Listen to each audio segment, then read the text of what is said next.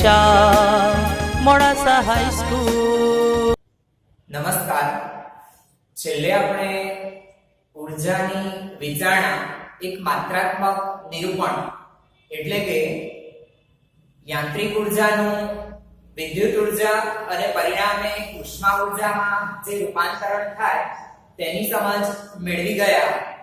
તેનાથી આગળ ફ્લક્સના ફેરફાર અને પ્રેરિત વિદ્યુતભાર બંને વચ્ચેનું સંબંધ દર્શાવતું સૂત્ર એટલે કે ડેલ્ટા Q બરાબર delta phi p upon r મેળવ્યું. તેના આધારિત ઉદાહરણ પણ આપણે ગણ્યું. હવે આગળ વધીએ તો આગળનો આપણો મુદ્દો છે ઘુમરી પ્રવાહો.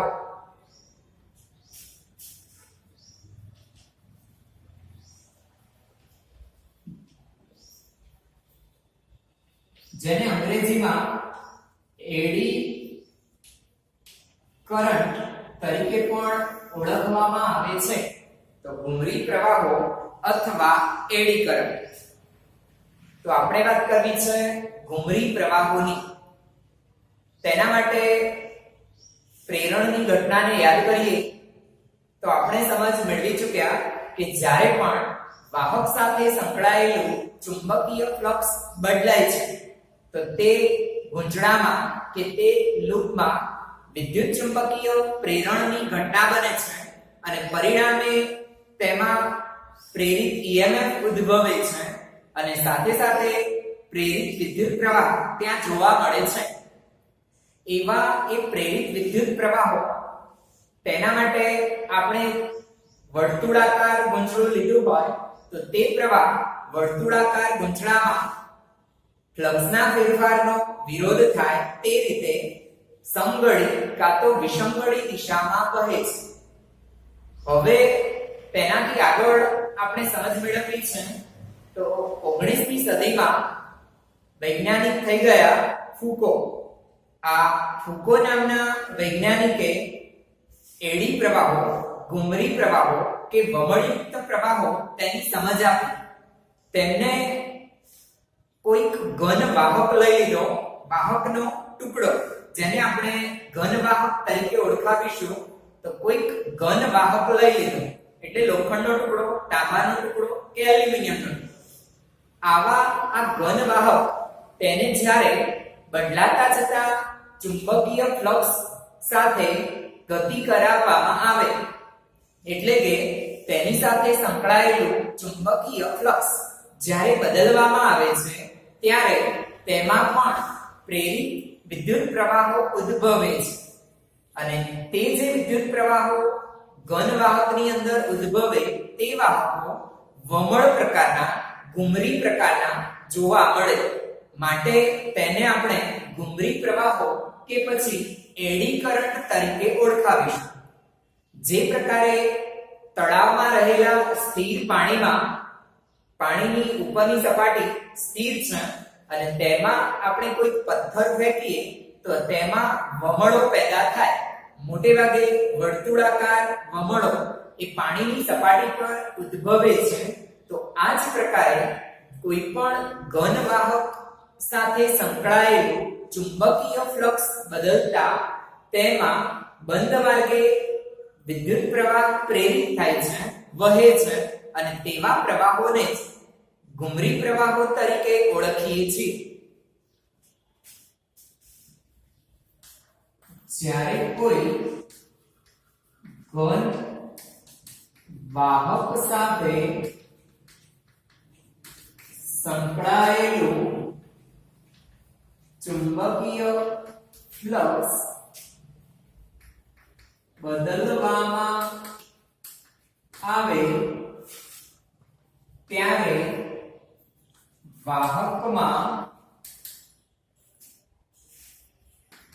બંધ માર્ગે વિદ્યુત પ્રવાહ પ્રેરિત થાય છે. તેવા વમળયુક્ત વિદ્યુત પ્રવાહને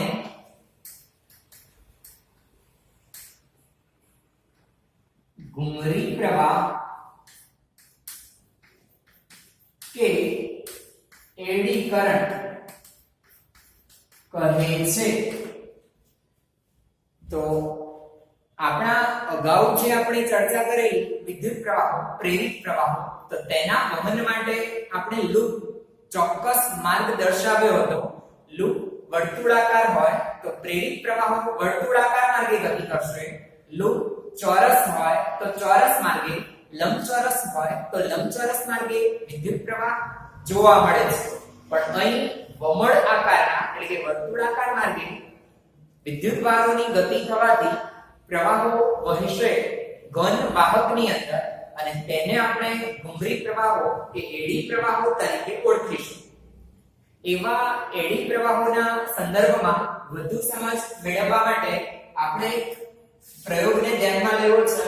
તો તેવા પ્રયોગની પ્રાયોગિક ગોઠવણી અહીં આપણે દર્શાવીએ તો ત્યાં નિયમિત ચુંબકીય ક્ષેત્ર મેળવવા માટે ચુંબકના ધ્રુવ S અને N તેને રાખી દીધા. તો ચુંબકનો S ધ્રુવ આપણે જાણીએ છીએ તેમ ચુંબકના સ્વતંત્ર ધ્રુવોનું અસ્તિત્વ નથી. તો આ છે એક ચુંબકનો S ધ્રુવ અને તેની સામે રાખી દીધો ચુંબકનો N ધ્રુવ.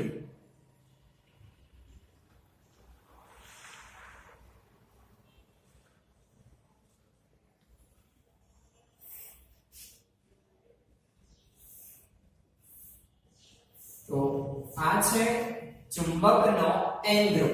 આવા N અને S ધ્રુવોને એકબીજાની સામે ગોઠવી દીધા.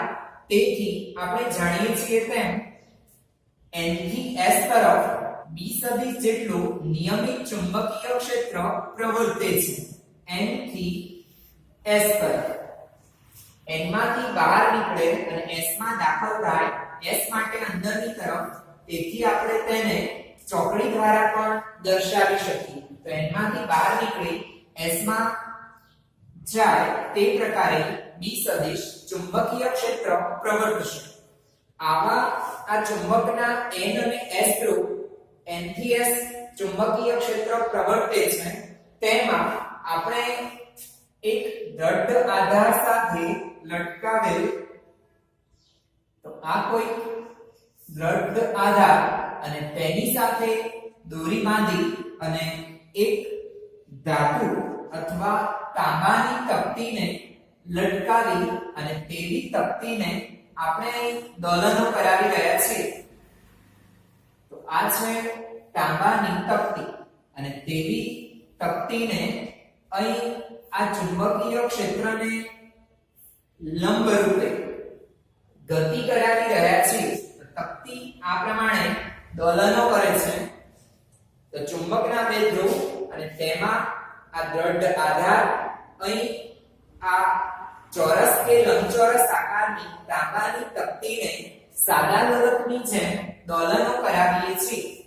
આવી તકતીને જ્યારે અહીં દોલનો કરાવવામાં આવે તો એ તાંબાની એટલે કે ધાતુની તકતી અથવા વાહક તેની સાથે સંકળાયેલું ચુંબકીય ફ્લક્સ તે ચુંબકીય ક્ષેત્રની અંદર દાખલ થાય, ક્ષેત્રની બહાર જાય, ફરી પાછા ક્ષેત્રની અંદર દાખલ થાય અને ક્ષેત્રની બહાર જાય. આમ તેની સાથે સંકળાયેલું ચુંબકીય ક્ષેત્ર અને પરિણામે ચુંબકીય ફ્લક્સ બદલાય છે અને પરિણામે તેમાં વિદ્યુત ચુંબકીય પ્રેરણની ઘટના બનતા વિદ્યુત પ્રવાહ ઉદ્ભવે છે. આપણે લેન્ઝના નિયમ દરમિયાન સમજ મેળવી ચૂક્યા કે આ ઉદ્ભવતા વિદ્યુત પ્રવાહો એવું ચુંબકીય ક્ષેત્ર ઉત્પન્ન કરશે કે જે ફ્લક્સના ફેરફારનો વિરોધ કરે. જે ચુંબકીય ક્ષેત્રના કારણે તે પેદા થઈ રહ્યા છે, પેદા થઈને તે જ ચુંબકીય ફ્લક્સના ફેરફારનો વિરોધ કરે. તો આવી આ સ્થિતિના કારણે જ્યારે પણ આવો તાંબાનો આ ટુકડો વાહક ચુંબકીય ક્ષેત્રમાં ગતિ કરે છે ત્યારે તેમાં પ્રવાહો ઉદ્ભવે છે અને તે પ્રવાહો એટલે જ એડી પ્રવાહો કે ઘુમરી પ્રવાહ. તો આ વાહકમાં બંધ માર્ગે વર્તુળાકાર ગાળા રચાય તે પ્રમાણે તળાવની સપાટી પર જેમ વમળો પેદા થાય તે જ પ્રકારે વમળયુક્ત પ્રવાહો આ તકતીમાં ઉદ્ભવે છે.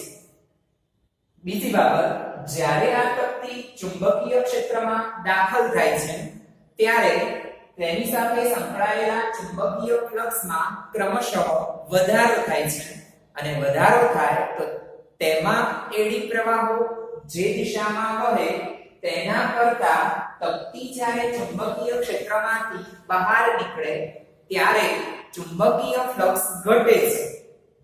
પહેલા ફ્લક્સ વધવું, અહીં ફ્લક્સ ઘટવું. ફ્લક્સ વધે ત્યારે વિરુદ્ધ દિશામાં ચુંબકીય ક્ષેત્ર ઉદ્ભવે તે પ્રમાણે તેમાં વિદ્યુત પ્રવાહ ઉદ્ભવે છે કે જે વિદ્યુત પ્રવાહ આપણે જાણીએ છીએ તેમ જે વિદ્યુત પ્રવાહ આ દિશામાં એટલે કે વિષમગળી દિશામાં ઉદ્ભવશે કે જેનું ચુંબકીય ક્ષેત્ર એ ચુંબકના ચુંબકીય ક્ષેત્ર કરતા વિરુદ્ધ દિશામાં હશે. તો વિષમગળી દિશામાં એડી પ્રવાહ, જ્યારે આ જ તકતી ચુંબકીય ક્ષેત્રમાંથી બહારની તરફ નીકળે ત્યારે ફ્લક્સ ઘટે છે. એટલે ફ્લક્સના ઘટાડાને વિરોધ દર્શાવવા માટે જે દિશામાં ચુંબકીય ક્ષેત્ર પ્રવર્તે છે તે જ દિશામાં ચુંબકીય ક્ષેત્ર મળે માટે સમગળી દિશામાં વિદ્યુત પ્રવાહ ઉદ્ભવે છે. તો આમ આવી તકતીની ગતિ દરમિયાન તેમાં આવા વમળયુક્ત એડી પ્રવાહો ઉદ્ભવ્યા છે. હવે આ પ્રવાહ ચુંબકીય ફ્લક્સના ફેરફારના કારણે ઉદ્ભવ્યા અને ઉત્પન્ન થઈને તેની જ ગતિનો એટલે કે ફ્લક્સના ફેરફારનો વિરોધ કરે છે. માટે આ એડી પ્રવાહોના કારણે ફુકોએ નોંધ કરી કે જ્યારે ચુંબકીય ક્ષેત્ર ગેરહાજર હોય એટલે આપણે આ ચુંબકોને દૂર કરી દઈએ અને આ તાંબાની વાહક તકતીને દોલનો કરાવીએ તો તેના દોલનો લાંબા સમય સુધી જોવા મળશે અથવા તે સરળ આવર્ત ગતિ કરે છે. પરંતુ જ્યારે તેને આ પ્રકારે ચુંબકીય ક્ષેત્રમાં ગતિ કરાવીએ છીએ ત્યારે તેમાં એડી પ્રવાહો ઉદ્ભવે છે, પ્રેરિત પ્રવાહો ઉદ્ભવે છે જે ગતિનો વિરોધ કરે છે અને પરિણામે તેનું અવમંદન એટલે કે ધીમે કંપ વિસ્તાર ઘટતો જાય છે અને આ તાંબાની તકતીના દોલનો બંધ થઈ જાય છે, અટકી જાય છે. તો આમ એડી પ્રવાહોના કારણે અહીં તકતીના દોલનો અવમંદિત થાય છે. તો આવા અવમંદન માટે એડી પ્રવાહો જવાબદાર થશે. આવા એડી પ્રવાહોની અસર ઘટાડવા માટે આગળ જતા તેના ઉપાયો તેની આપણે વાત કરવી છે. તો અહીં આ એડી પ્રવાહો જે ઉદ્ભવ્યા તેની અસર જો ઘટાડવી હોય એટલે કે અવમંદન ઘટાડવું છે. તો અવમંદન ઘટાડવા માટે પહેલો ઉપાય, જે પણ તાંબાની તકતી આપણે લીધી એ તકતી પ્રેરિત પ્રવાહ તેમાં ઉદ્ભવ્યો અને પરિણામે તે ચુંબક તરીકે વર્તવા લાગી છે. એટલે કે તેમાં ચુંબકીય ચાકમાત્રાઓ, ચુંબકીય ડાયપોલ મોમેન્ટ ઉદ્ભવે છે, જેના સૂત્રની વાત આપણે ચોથા પાઠની અંદર કરી ચૂક્યા. ચુંબકીય ડાયપોલ મોમેન્ટ ચાકમાત્રા n બરાબર NIA. આટા 1 લઉં છું એટલે n બરાબર IA. તો તેના ચુંબકીય ચાકમાત્રા એડી પ્રવાહો ને અનુરૂપ ચુંબકીય ચાકમાત્રા આપણે ઘટાડવી છે. તો એડી પ્રવાહો ઘટાડવા પડે અને એડી પ્રવાહોની અસર ઘટાડવા માટે આ જે પણ બંધ માર્ગી પ્રવાહો તેમાં ઉદ્ભવે છે તેમની સાથે સંકળાયેલું ક્ષેત્રફળ ઘટાડવું પડે અને ક્ષેત્રફળ ઘટાડવા માટે સળંગ વાહક લેવાના બદલે આ જે વાહક આપણે લીધેલો તેની અંદર સૂક્ષ્મ ખાંચાઓ પાડવામાં આવે છે. એટલે કે આ પ્રકારના વાહકના બદલે તે વાહકમાં ખાંચાઓ પાડીશું. આ પ્રકારે તેમાં સૂક્ષ્મ ખાંચાઓ રાખવાથી પ્રવાહના વહન માટે માર્ગ ઘટી જાય છે, અસરકારક ક્ષેત્રફળ ઘટી જાય છે. એટલે આ પ્રવાહ આ માર્ગે, અહીં આ માર્ગે, આ માર્ગે પ્રવાહો રચાશે અને પરિણામે તેની ચુંબકીય ચાપમાત્રાઓ ઘટે છે. અને ચુંબકીય ચાપમાત્રાઓ ઘટવાના કારણે જ્યારે પણ આપણે આવા ખાંચાઓવાળા સ્લોટ્સ વાળા ધાતુના વાહકને ટુકડાને ચુંબકીય ક્ષેત્રમાં ગતિ કરાવીશું તો તેમાં ઉદ્ભવતા એડી પ્રવાહો, વમળયુક્ત પ્રવાહોની અસર નિવારી શકાય છે, ઘટાડી શકાય છે. તો એડી પ્રવાહો અહીં અવમંદન માટે જવાબદાર હતા, તેથી આપણે તેની અસર ઘટાડવાનો એક ઉપાય કીધો. વાહક સળંગ લેવાના બદલે, નક્કર કે સળંગ વાહક લેવાના બદલે આ પ્રકારે ખાંચાઓ ધરાવતો વાહક લઈશું. તો વાહકમાં ખાંચા હોવા જોઈએ, સ્લોટ્સ હોવા જોઈએ, તો એડી પ્રવાહની અસર ઘટે છે. જે વિદ્યુતભારો કે પ્રવાહો આ પ્રમાણે ગતિ કરતા હતા તેના બદલે તે પોતપોતાના નાના વિભાગમાં ગતિ કરશે અને પરિણામે એ પ્રવાહની અસર ઘટશે. બીજી વાત, એવા એ એડી પ્રવાહો તેને અનુલક્ષી અને આપણે વાત કરવી છે તો જ્યાં પણ વિદ્યુત ચુંબકીય પ્રેરણની ઘટના બનતી હોય તેવા સાધનોની અંદર આ એડી પ્રવાહો ઉદ્ભવશે. તો વિદ્યુત ચુંબકીય પ્રેરણના સિદ્ધાંત પર કાર્ય કરતા સાધનોમાં આપણે સાધન કીધું ટ્રાન્સફોર્મર. તો ટ્રાન્સફોર્મર, ઇલેક્ટ્રિક મોટર, આ સાધનો એ વિદ્યુત ચુંબકીય પ્રેરણના સિદ્ધાંત પર કાર્ય કરે છે. માટે આવા સાધનોમાં આપણે વાહક ગુંચળાનો ઉપયોગ કરીએ છીએ અને તેવા વાહક ગુંચળાને કોઈક આધાર પર, ધાતુના આધાર પર વીંટાળવામાં આવે છે. આપણે એવા ટ્રાન્સફોર્મર વિશે પ્રકરણ 7 ની અંદર ભણીશું. અત્યારે માત્ર તમે એની આકૃતિને ધ્યાનમાં લઈ શકો છો. તો ટ્રાન્સફોર્મરની રચના કરવા માટે આપણે આ પ્રકારે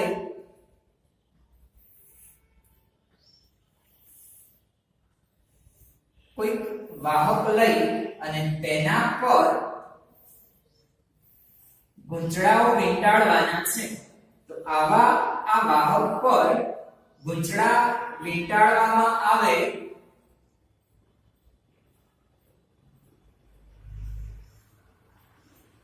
તો આવા આપણા આ વાહક પર ગુંચળા વીંટાળવામાં આવે છે. તો આ જે વાહક લેવામાં આવ્યો તે વાહક નક્કર કે સળંગ લેવાના બદલે એક કરતા વધુ પાતળા ધાતુના ચિપ્સ, પટ્ટીઓ લઈ અને તેવી પટ્ટીઓ પર અવાહક આવરણ, ઇનેમલ ઇન્સ્યુલેટર ચડાવવામાં આવે, વોર્નિશ લગાડવામાં આવે અને પછી તેવી પાતળી ધાતુની પટ્ટીઓ એમને એકબીજા પર ગોઠવી અને જાડો અથવા મોટો વાહક જો તૈયાર કરવામાં આવે.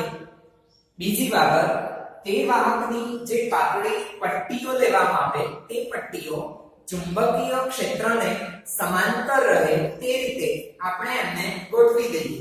તો ઘણી બધી પાતળી વાહક પટ્ટીઓ ચુંબકીય ક્ષેત્રને સમાંતર એકબીજા પર ગોઠવતા જઈએ.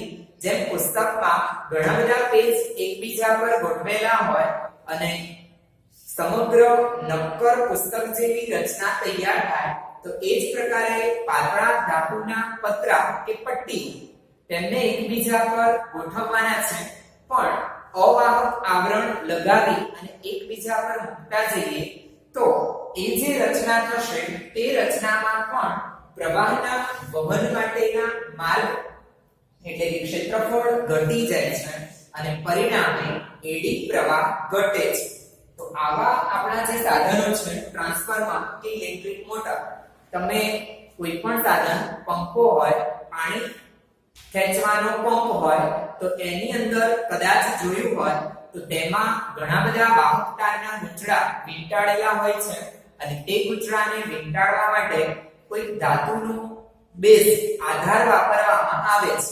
તો તે નક્કર ન હોતા ઘણા બધા ખાંચાઓ વાળું અથવા તમને સમજાવ્યું તેમ પાતળી પટ્ટીઓના આવરણ ધરાવતો તમને જોવા મળશે. તો આમ જ્યારે પણ આપણે સળંગ વાહકનો ઉપયોગ કરીએ તો સળંગ વાહક એમાં એડી પ્રવાહો વધુ માત્રામાં ઉદ્ભવે છે અને પરિણામે આપણે જાણીએ છીએ તેમ જૂલ ઉષ્મા E બરાબર I2R સૂત્રને અનુરૂપ એ જૂલ ઉષ્મા કે પાવર એ વિદ્યુત પ્રવાહના વર્ગના સપ્રમાણમાં હોવાના કારણે જો સળંગ વાહક આ બધા સાધનો એટલે કે વિદ્યુત ચુંબકીય પ્રેરણના સિદ્ધાંત પર કાર્ય કરતા સાધનોમાં સળંગ વાહક લઈએ તો એડી પ્રવાહ વધુ માત્રામાં ઉદ્ભવે, પરિણામે વધુ માત્રામાં જૂલ ઉષ્મા ઉદ્ભવે અને આ જે આપણો આધાર છે, ગર્ભ ભાગ છે, તે એડી પ્રવાહોની જૂલ ઉષ્માના કારણે નરમ થાય, ઢીલો થાય અને આપણી જે ઊર્જા છે તે જૂલ ઉષ્મા ઊર્જા સ્વરૂપે વ્યય પામે. માટે જ તમે અનુભવ્યું હશે કે મોબાઈલનું ચાર્જર હોય તો એની અંદર ટ્રાન્સફોર્મર હોય અને તેને થોડો સમય પછી સ્પર્શ કરીએ તો તે ગરમ થાય છે, એટલે કે તેમાં આવા જૂલ ઉષ્માના સ્વરૂપે ઊર્જાનો વ્યય થઈ રહ્યો છે.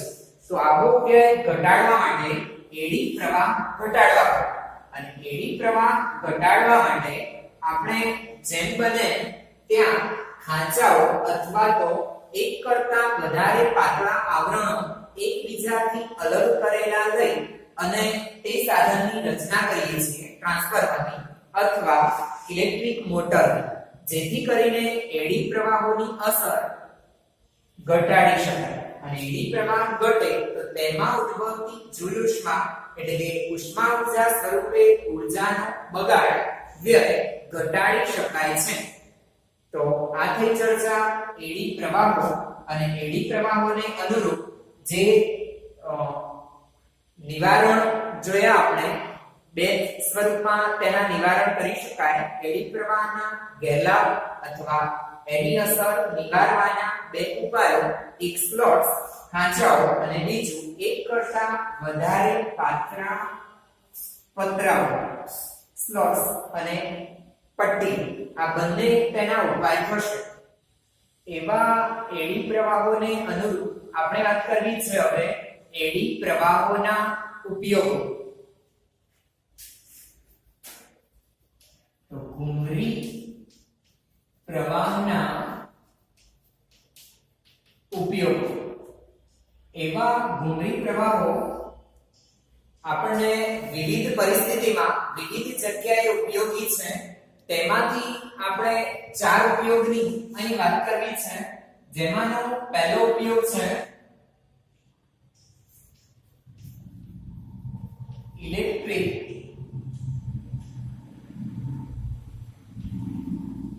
ટ્રેન્ડમાં મેગ્નેટિક બ્રેકિંગ. તો ઇલેક્ટ્રિક ટ્રેનની અંદર મેગ્નેટિક બ્રેકિંગ માટે, ટ્રેનને બ્રેક લગાડવા માટે આપણે એડી પ્રવાહોનો ઉપયોગ કરીએ છીએ. તેને સમજીએ તો ટ્રેન પાટા પર, ધાતુના પાટા પર ગતિ કરે છે. આવા પાટા પર ગતિ કરતી આ ટ્રેન, તેને આપણે કોઈક જગ્યાએ ઊભી રાખવી છે, બ્રેક મારવી છે. તો ત્યાં આપણે આવા એડી પ્રવાહોનો ઉપયોગ કરવા માટે ટ્રેનના પાટા પર વિદ્યુત ચુંબકો જોડવામાં આવ્યા છે. આ વિદ્યુત ચુંબકો જ્યારે આપણે ટ્રેનને રોકવી છે ત્યારે એ વિદ્યુત ચુંબકોમાં પ્રવાહ વહેવાથી તે વિદ્યુત ચુંબકો એ ચુંબકત્વ ધારણ કરે છે, એટલે કે ચુંબક તરીકે વર્તે છે. આપણે જાણીએ છીએ તેમ વિદ્યુત ચુંબક જ્યારે પણ વિદ્યુત પ્રવાહ વહે ત્યારે ચુંબકત્વ ધરાવે અને વિદ્યુત પ્રવાહ દૂર થાય ત્યારે તેનું ચુંબકત્વ પણ નાબૂદ થાય છે. તો આવા વિદ્યુત ચુંબકો ટ્રેનના પાટા સાથે કે પછી તેના પૈડા સાથે જોડવામાં આવ્યા છે. જ્યારે પણ ટ્રેનને બ્રેક લગાડવાની હોય ત્યારે તે વિદ્યુત ચુંબકો કાર્યરત થાય છે, એક્ટિવ થાય છે, એટલે કે તેમાં પ્રવાહ વહેવાથી તે ચુંબકત્વ ધરાવે છે. આવા આ ચુંબકત્વના કારણે ગતિ કરતા ટ્રેનના પૈડા એટલે કે ધાતુ તેની સાથે સંકળાયેલું ચુંબકીય ફ્લક્સ બદલાતા તેમાં એડી પ્રવાહો ઉદ્ભવે છે, ઘુમરી પ્રવાહો ઉદ્ભવે છે. અને આપણે જાણીએ છીએ તેમ લેન્ઝના નિયમ મુજબ આ એડી પ્રવાહો, પ્રેરિત પ્રવાહો એ ફ્લક્સના ફેરફારનો વિરોધ કરે છે. એટલે કે ટ્રેનની ગતિ જેના કારણે ફ્લક્સમાં ફેરફાર થાય છે એવી ટ્રેનની ગતિનો તે વિરોધ કરે છે અને પરિણામે ટ્રેનમાં સ્મૂથ બ્રેકિંગ તેના બધા જ પૈડાઓ અથવા સમગ્ર ટ્રેનની સમગ્ર પાટા સાથેના જોડાણોમાં આ એડી પ્રવાહો ઉદ્ભવવાથી સ્મૂથ બ્રેકિંગ ટ્રેનમાં મેળવી શકાય છે. તો આમ એડી પ્રવાહનો આ પહેલો ઉપયોગ થયો મેગ્નેટિક બ્રેકિંગ માટે, ઇલેક્ટ્રિક ટ્રેનમાં સ્મૂથ બ્રેક મારવા માટે. બીજો ઉપયોગ, એડી પ્રવાહનો બીજો ઉપયોગ આપણે કરી રહ્યા છીએ ઇલેક્ટ્રોમેગ્નેટિક ડેમ્પિંગ, જેને ગુજરાતીમાં કહીશું વિદ્યુત ચુંબકીય અવમંદન.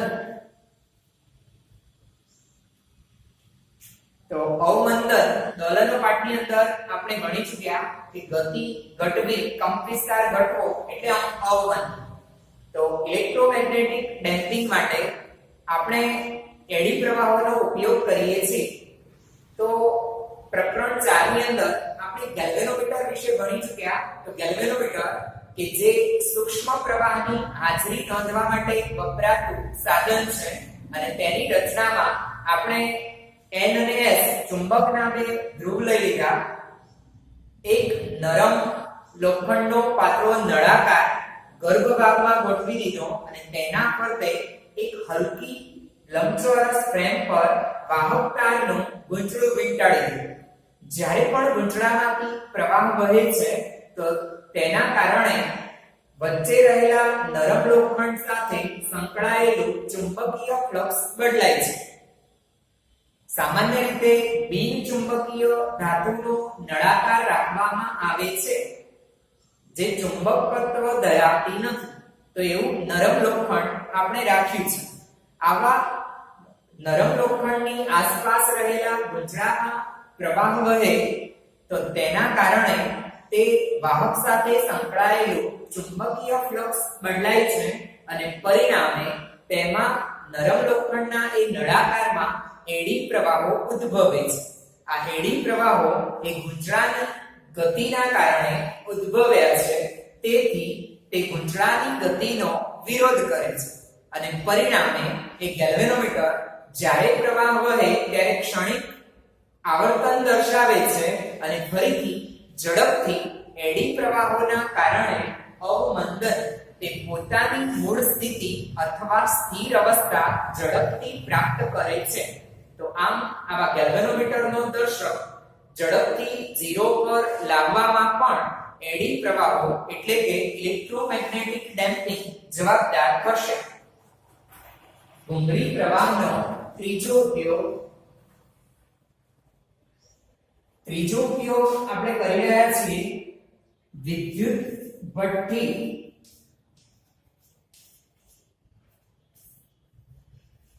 Electric furnace.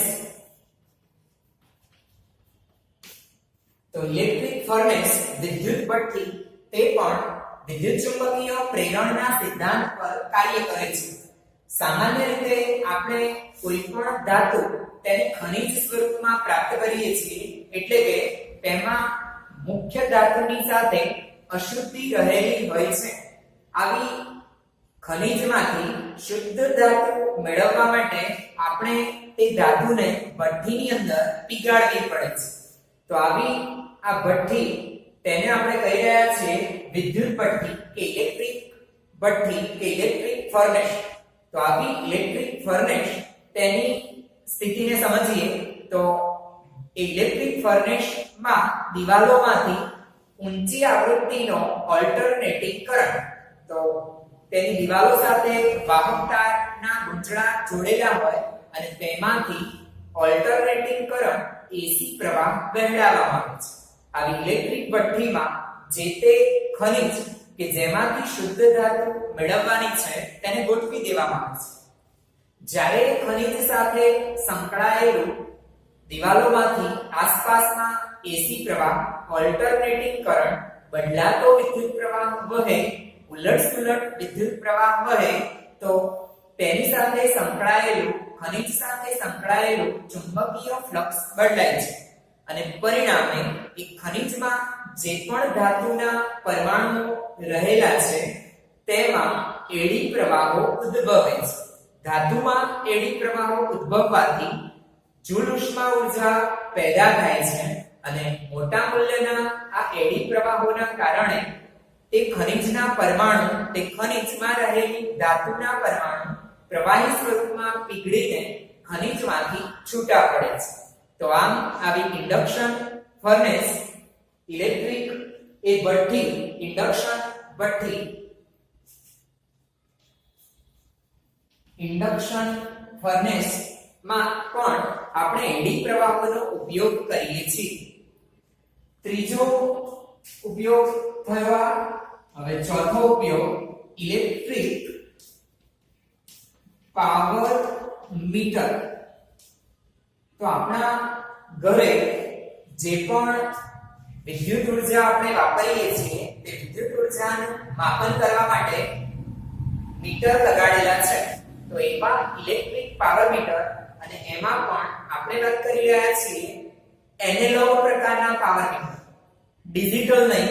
Digital power metre આ સિદ્ધાંત પર કાર્ય કરતા નથી. તો તેવા એનાલોગ પાવર મીટર કે જેમાં એક ચળકતી ધાતુની તકતી તમે કદાચ જોઈ હશે, તો નાની ગેપમાંથી તમને એ વર્તુળાકાર ધાતુની તકતી કે જેમાં કોઈ એક જગ્યાએ લાલ રંગ કરેલો હોય, જેથી કરીને તેનું એક પરિભ્રમણ થાય ત્યારે આપણને તેની ગતિનો ખ્યાલ આવે અને તેના દ્વારા જ આપણે વાપરેલી વિદ્યુત ઉર્જા યુનિટના સ્વરૂપમાં તે દર્શાવી શકીએ. તો તેવા ઇલેક્ટ્રિક પાવર મીટર પણ એડી પ્રવાહો પર કાર્ય કરે છે. તો આપણા ઘરમાં આવતો એક ઓલ્ટરનેટિંગ કરંટ એસી પ્રવાહ કે જે ઉચ્ચ આવૃત્તિનો છે, તો તેવા એ ઓલ્ટરનેટિંગ કરંટ તેને તે ચળકતી ધાતુની તકતીની આસપાસમાં વહેડાવવામાં આવે છે. આપણે વપરાશ જે પ્રમાણે કરીએ તે પ્રમાણે વિદ્યુત પ્રવાહ એ ચળકતી ધાતુની તકતીની આસપાસ વહે છે. તેના કારણે એ તકતી સાથે સંકળાયેલું ચુંબકીય ફ્લક્સ બદલાવાથી તકતીમાં એડી પ્રવાહો વહે છે અને તે એડી પ્રવાહો આ વિદ્યુત પ્રવાહના કારણે મળતા ફ્લક્સના ફેરફારનો વિરોધ કરે છે અને તેના કારણે થઈને તે તકતી ગતિ કરે છે. તો આમ આ ઇલેક્ટ્રિક પાવર મીટર વધુ પ્રવાહનો ઉપયોગ કરીએ, ઘરમાં વધુ સાધનો શરૂ થાય તો ફ્લક્સનો ફેરફાર વધુ થવાથી તે વધુ ભ્રમણ કરે અને જ્યારે વપરાશ ઘટાડીએ તો તેનું ભ્રમણ ધીમો થાય. તો આમ આવા એનાલોગ પ્રકારના જે ઇલેક્ટ્રિક પાવર મીટર છે તેમાં પણ આપણે એડી પ્રવાહોનો ઉપયોગ કરીએ છીએ. તો આ થઈ ચર્ચા એડી પ્રવાહોના ઉપયોગ.